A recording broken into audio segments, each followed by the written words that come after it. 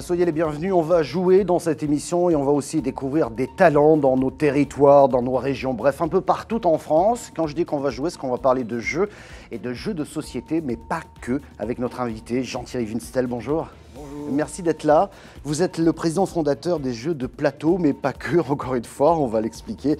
C'est des jeux sous la marque BioViva, des jeux pour sensibiliser les enfants et les grands aussi, vous me direz, au respect de la nature. Ça aussi, on va l'évoquer. Vous êtes basé à Montpellier. Qu'est-ce qui vous a poussé à vous lancer dans cette aventure? Parce que si j'ose dire, la vie d'avant n'avait rien à voir avec tout ça, c'est...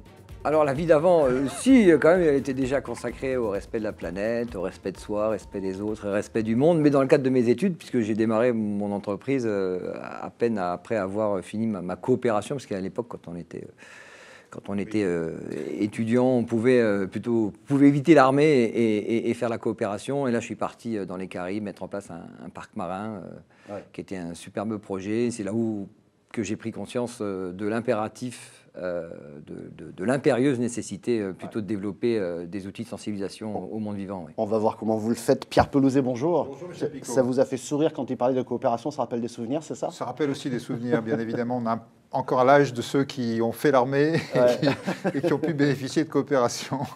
Vous êtes le médiateur des entreprises. On va parler aujourd'hui de RSE, de ces entreprises qui agissent concrètement dans le domaine de la responsabilité sociale et environnementale. Quand je dis concrètement, c'est que ce n'est pas des paroles ou de l'affichage. Absolument. J'étais content que Jean-Thierry commence par parler de responsabilité. Effectivement, ça fait partie des spécificités des entreprises françaises et on le verra qui sont plutôt bien positionnées sur la RSE, la responsabilité sociale des entreprises et c'est bien qu'on puisse le mettre en avant. Ouais. D'ailleurs, c'est un peu votre secret de réussite, Jean-Thierry Winstel, des jeux de société intelligents qui sensibilisent les joueurs au respect de l'environnement, qui sont éco-conçus à Saint-Paul-Trois-Châteaux dans la Drôme. C'est ça le mix BioViva? Oui, alors c'est effectivement une approche qui se veut complète, globale et si possible cohérente. Si on veut respecter le monde qui nous entoure, tant qu'à faire, autant essayer déjà de les produire de manière la plus responsable possible. Alors dans le fond comme dans la forme, effectivement, on va jusqu'au bout et ce depuis le début, c'est-à-dire il y a 23 ans. Donc on était assez précurseurs à l'époque et je confirme ce qui vient d'être dit. Les entreprises françaises ont un peu une longueur d'avance sur la RSE, même si énormément de chemin reste à parcourir sur ce sujet. Ouais, parce qu'on trouve souvent des effets d'annonce. Oui. C'est bien pour la communication, mais après, dans les faits, c'est pas tout à fait la même chose. Quand vous parlez de responsabilité, vous avez décidé de tout faire produire en France, je le disais tout à l'heure, Saint-Paul-Trois-Châteaux. Vous avez même labellisé vos jeux Origine France Garantie. On a été la première entreprise française de notre secteur d'activité à être labellisée Origine France Garantie. Je pense qu'on a été la première à fabriquer 100% de nos jeux avec le label FSC, Forest Stewardship Council. Je pense qu'on a été la première à faire travailler sur certaines spécificités des centres d'aide par le travail qui s'appellent les ESAT maintenant. Je pense qu'on est la première entreprise française à avoir créé une fondation alors qu'on n'est que 20 collaborateurs. Ouais. Bref, on est assez précurseurs, on aime ça, on innove. Alors c'est pas facile tous les jours parce qu'avant l'heure c'est pas l'heure, après l'heure c'est plus l'heure, mais là il se trouve que c'est l'heure et qu'on assiste aujourd'hui à un rapatriement de la production qui était faite en Asie du Sud-Est ou particulièrement en Chine vers la France. Et aujourd'hui on nous regarde avec intérêt en nous disant ouais, mais c'est super ce que vous faites, comment vous faites? Ça fait 23 ans qu'on se bat pour maintenir une production en France, un savoir-faire, des valeurs. Un message et aujourd'hui ça marche. Et ben voilà. Et c'est donc possible. Mais voilà, c'est ça qui est intéressant. Alors du coup, une flopée de prix.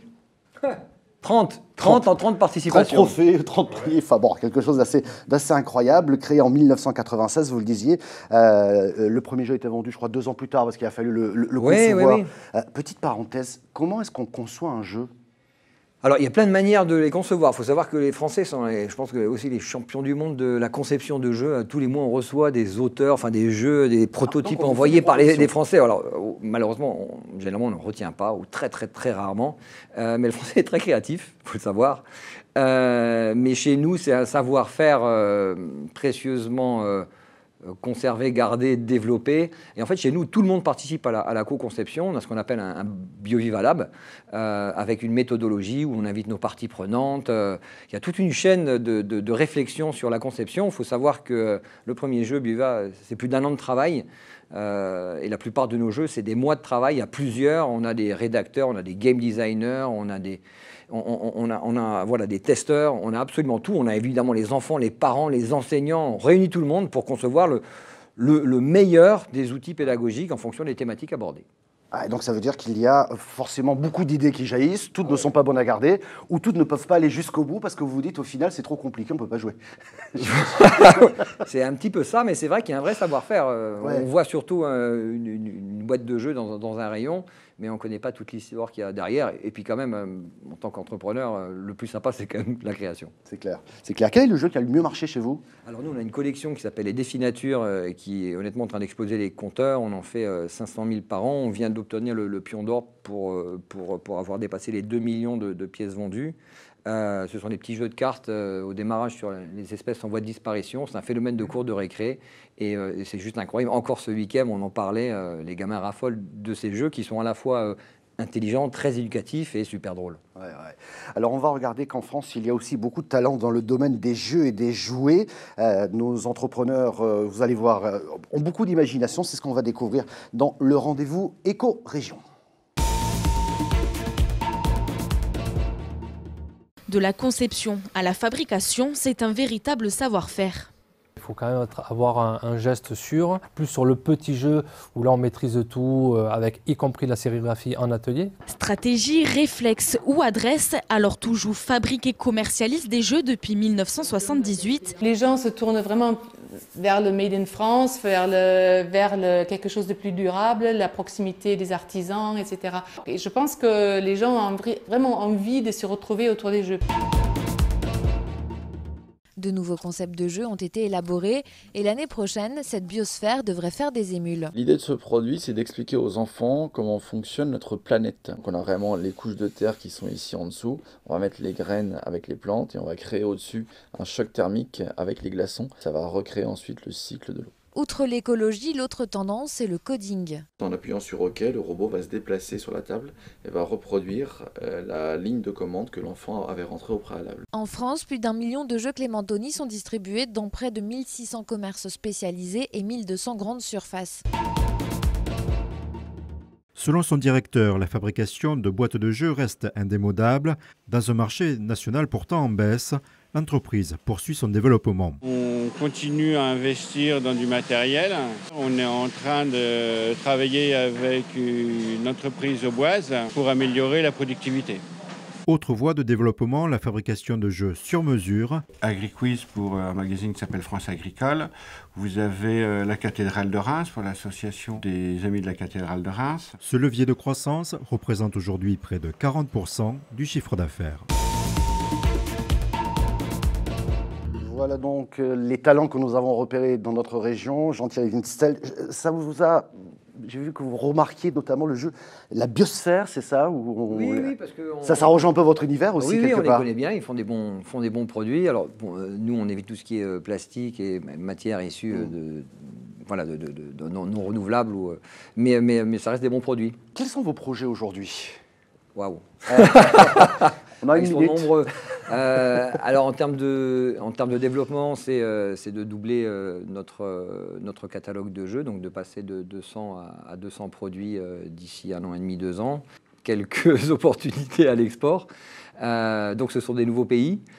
C'est de continuer à recruter parce que l'activité va bien et paradoxalement le marché se porte très très mal, mais nous ça va très très bien.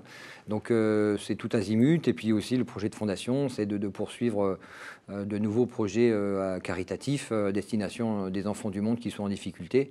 Donc voilà, ça nous occupe. Ah oui, parce que vous avez cette fondation, vous l'avez évoqué tout à l'heure. Ouais. Cette fondation, elle a quel type d'activité concrètement? Alors l'objectif c'est de venir en aide aux enfants en situation d'exclusion en leur apportant des outils éducatifs et ludiques qui permettent de remplacer un tant soit peu les écoles qui n'existent plus ou qui ont disparu, les enseignants qui n'ont jamais vu, bref de pallier comme on le peut à des besoins essentiels d'un enfant qui a juste besoin de s'accomplir et de s'épanouir. Ah ouais. Dernière question, globalement vous avez fait du jeu votre emploi finalement, votre propre société. Ça c'est quand même magique lorsqu'on a une passion, qu'on arrive à la transformer et en faire son job.